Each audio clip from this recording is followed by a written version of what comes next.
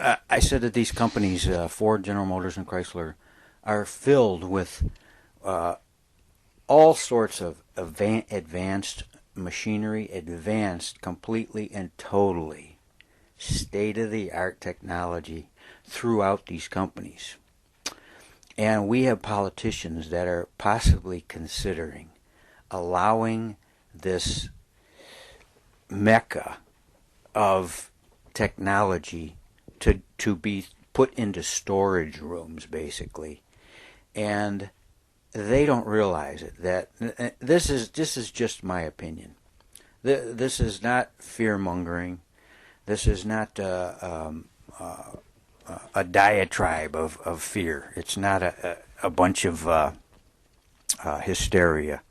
I'm not trying to disturb anybody, but I really think that if Ford, General Motors, and Chrysler, uh, if we're allowed to let them fail because of the fact that right now, currently in 2008, they're inefficient people, that some of them don't work, some of them don't put their money in, the time in for their money. If we allow this kind of thinking to go on, all this technology, all of this engineering, all of this high-tech, massive, massive billions of dollars of high-tech software, thinking, and effort is first, that's going to be possibly sold to another country, and there's going to be job losses. There's going to be a real estate problem.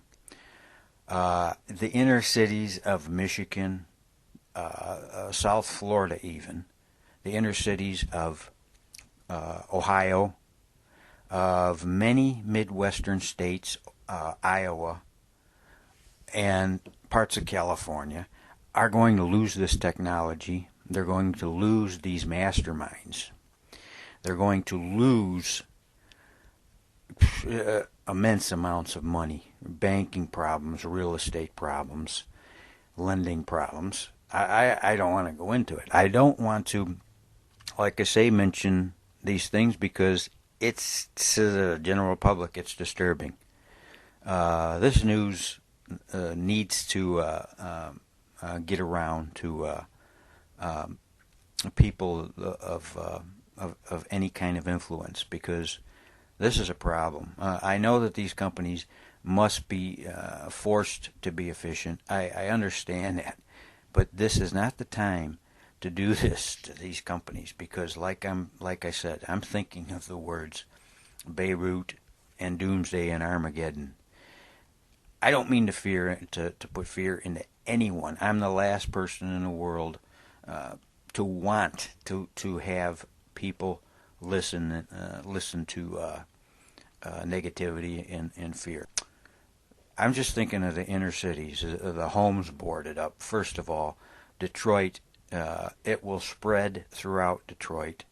And I understand that a lot of your big auto companies no longer have the influence and the punch that they originally had in Detroit. But basically the rest of Detroit and Dearborn will be, I hate to use the word, devastated. So Detroit and then Cleveland and then other automotive towns are going to lose this technology. They're going to lose these masterminds.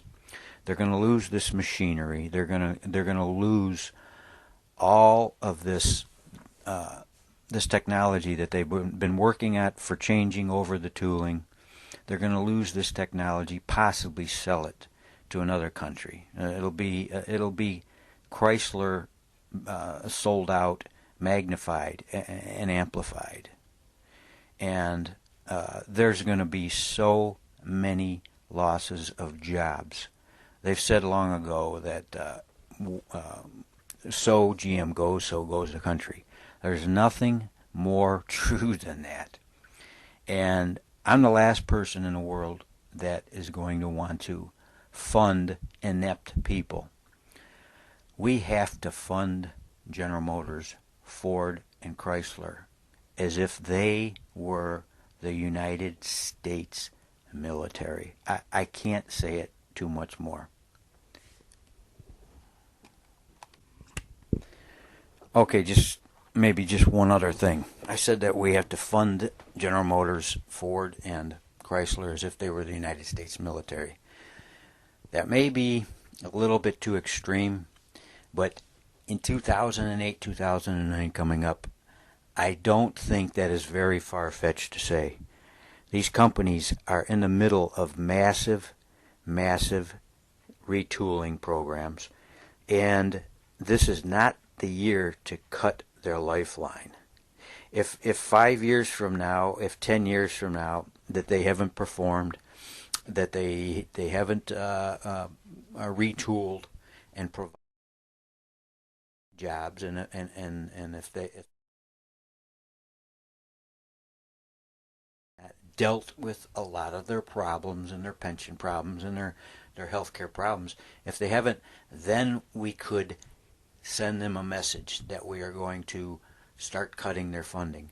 But you can't do it all in 1 week or in the next couple of months and then see these companies go down the drain within 1 or 2 years.